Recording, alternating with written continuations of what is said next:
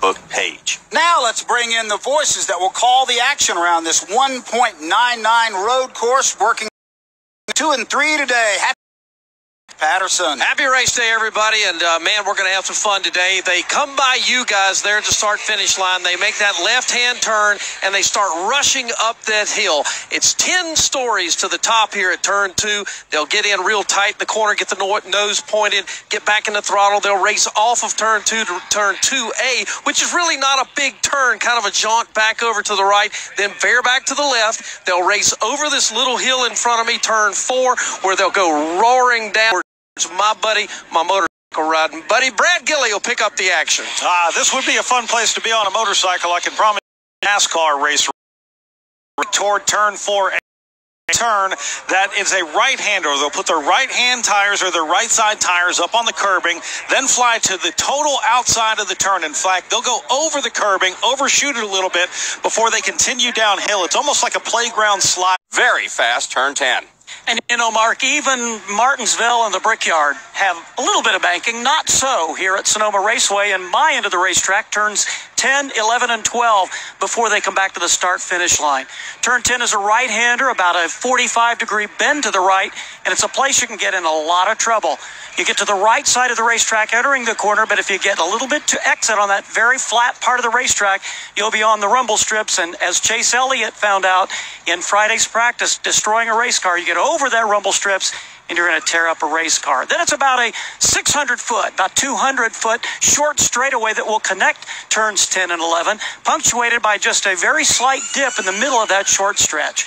They'll go down through gears 3 to 2, all the way to first gear, and a 180-degree semicircle right-hand turn that constitutes turn number 11. Now, if you've ever been to a quarter-mile short track, that's just about the same radius that this half circle has here at Sonoma Raceway. Last year, we saw a bump and run exiting turn 11 and a change of the leadership.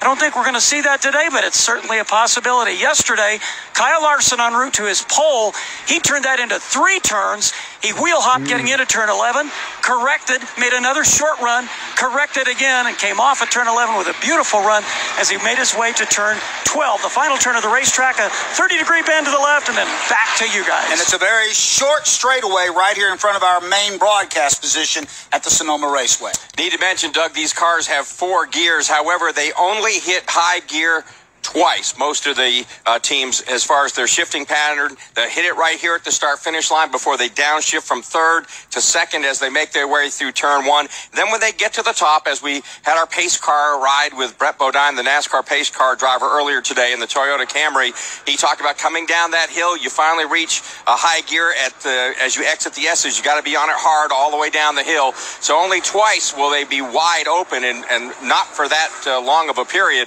The rest of this, in and out of 2nd, 3rd gear, and as Rob talked about, one time they go to low gear down there in turn 11. Interesting note, there was a time that the starting lineup of any NASCAR race was predominated by drivers, mostly from North Carolina, South Carolina, and Virginia. Today, here at Sonoma, dominated by race called California their home state. Includes A.J. Allmendinger, Kevin Harvick, Kevin O'Donnell, Matt DeBay, said Kyle Larson, and Billy Johnson. My, how times have changed, Mark. Over 25% of the starting lineup today. Big migration and to throw things in. Looks like the cars might be up in front of our Brad Gilley right now in turn number 7. Yeah, absolutely, Doug. In fact, they made their last pace lap through turn number 7. They're headed down toward the S's, side by. And the only 2-time winner in the field, Kyle Busch in row 2. The front row, Kyle Larson and teammate Jamie McMurray in Chevrolets. Guys, they're headed your way out of turn 12.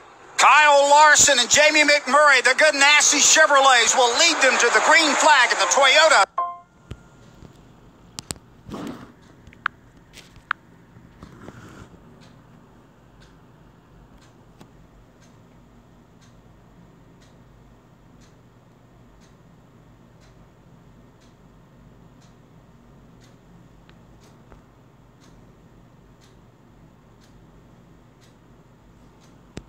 will cleanly get that 4th spot. Kyle Busch might want it back, though. A peek to his inside on the right-hander in turn number 4. He'll have to tuck right back in behind. Right now, Kyle Larson, Jamie McMurray. Now, Allmendinger goes to the outside of Martin Truex Jr. in the right-hander of turn number 7. That's not going to work. Behind about the top 7 guys, it is side-by-side racing down into the S's. What a sight it is to see them snake through there for the first time. 38 cars full bore. Kyle Larson down the hill.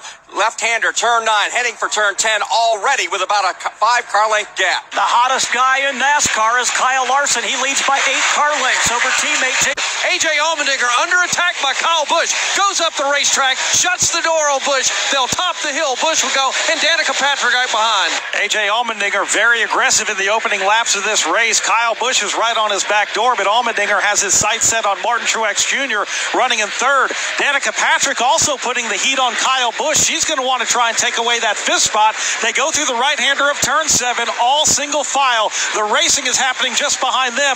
Dale Earnhardt Jr. has gotten around Ryan Blaney. Now Ryan Blaney has pressure to his outside in the S's. Back into the S's into turn number 9. It's Kyle Larson by 10 car lengths, almost getting off course. Jamie McMurray behind him. It's Truex, Allmendinger, Kyle Busch, and Danica. Then it's a little bit of a gap back to the 7th place running Chase Elliott. Holding down the 8th spot, Dale Earnhardt Jr. Behind him, Kevin Harvick operates in the 9th position. 10th is Ryan Blaney. He's got a car length over Chris Buescher. Buescher gets to his back bumper. He'll try to outbrake in turn 11. 3 wide. Hamlin goes all the way to the rumble strip, but not enough racing room. Once again, Buescher, along with Ryan Blaney, fighting for that 10th spot. They come across the stripe. Blaney still holds onto it, but Buescher putting on a lot of heat. Now here's Clint Bowyer. He's climbing all over the back bumper of Denny Hamlin for the 12th spot as they climb up to turn number 2. The top 12, 13 cars now all spread out. We're watching that battle. Denny Hamlin under attack by Clint Bowyer. Behind Bowyer's the 95 of Michael McDowell. Then it's Joey Logano and Kurt Busch, Paul Menard as they all chase nose to tail down to turn 4. Up front, Kyle Larson has about a 12-car length advantage over his teammate Jamie McMurray. Right on the back bumper of the number 1 of McMurray, though, former Sonoma winner Martin Truex Jr. Not very aggressive through turn number 7. Behind Truex, it's Allmendinger, then Kyle Busch. It is a pit stop for Daniel Suarez. Brett McMillan, scheduled or unscheduled? Unscheduled, Doug. He had some damage at the start of the race. Thought he had a tire going down, so went ahead and came down pit road, got all 4 tires changed and a little bit of body work, pulling some stuff away. The front 6 have been able to break away, and Rob Albright, nobody has anything for Kyle Larson at this juncture. Kyle Larson led by about 8 car lengths into turn 11. He goes very smoothly through. Truex now has gotten to the back bumper of Jamie McMurray, but Jamie gets a great run off turn 11 and stretches his advantage over Truex. See Jimmy Johnson back there in heavy traffic going into turn 11 past Austin's position. Meanwhile, Ryan Blaney's heat from Chris Buescher, Denny Hamlin. I'm straight up the hill now to turn 2. Watching that action now. Blaney under attack by Chris Buescher, Buescher right on his bumper, tries to move to the right side, can't get it done. Blaney shuts the door. 2 car lengths back to Hamlin. Then it's 2 more car lengths back to Clint Bowyer. That battle comes over the hill, the highest part of the racetrack. This is the backside of the top 10 as the race leaders hit turn number 7. Chris Buescher still putting the heat on Ryan Blaney, though, in the short chute between turns 4 and turn 7. On the back bumper, a right-hand turn. Now they make the left-hand turn back into the S's. Can Blaney hold off the 37? Watching that battle also, Kyle Larson still out front. Good battle shaping up here between Martin